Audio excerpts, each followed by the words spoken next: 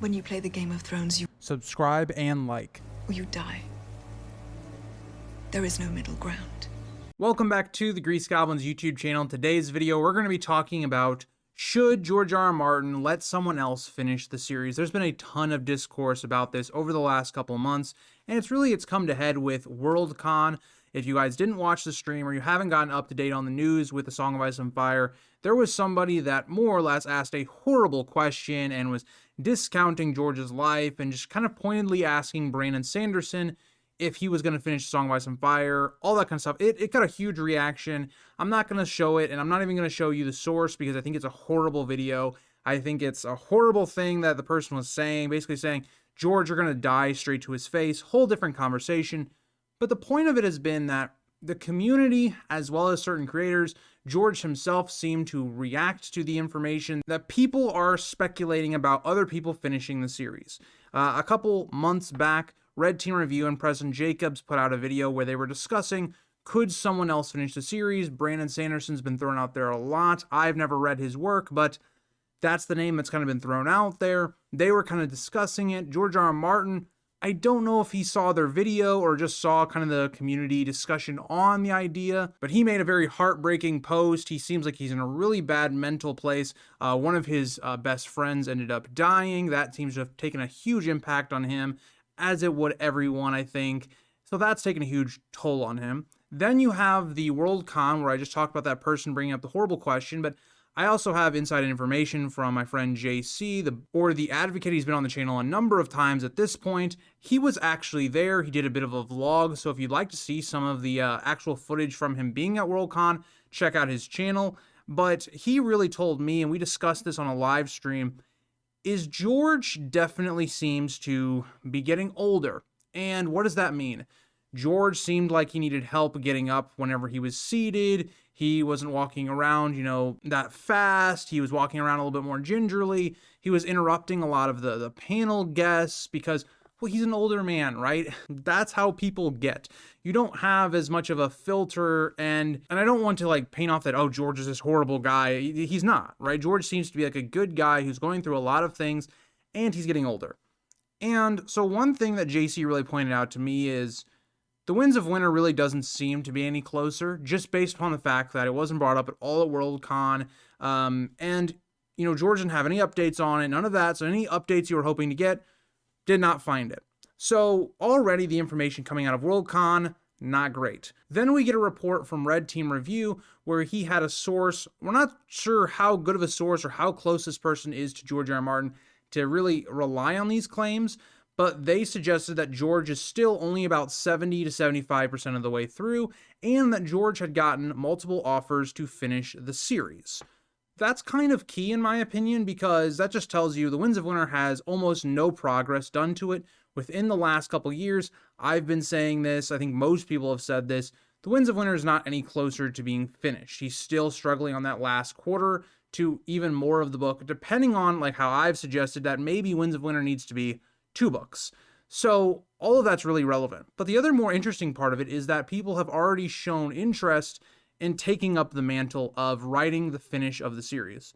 So that gets us to the topic of the video. Should someone take over A Song of Ice and Fire and finish it if George is unable to do it?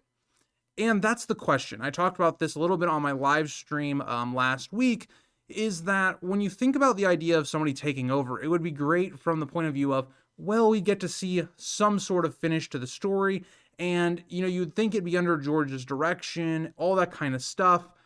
So, yes, on one hand, it'd be great to have the finish of the story. People that have been in this fandom since, 1996 would be able to finally get the finish to that story. That's great. But on the flip side, and this is the point of view that I hold, I hate the idea of somebody else finishing the series. Unless it's an idea of George sitting down with a bunch of different writers and ironing out all the issues that George is going through and why he can't finish the book, that I think is more fine, because George would be under direct, supervising everything going on, every word being placed into the book, and ironing out the issues. But the idea of George, selling the rights to finish the series, to me, is a terrible idea. Think about it from this point of view.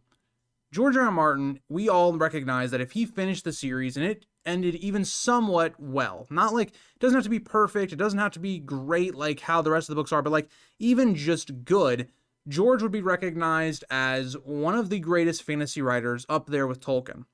That's still how it stands today. Even with the books not finished, he's still fantastic.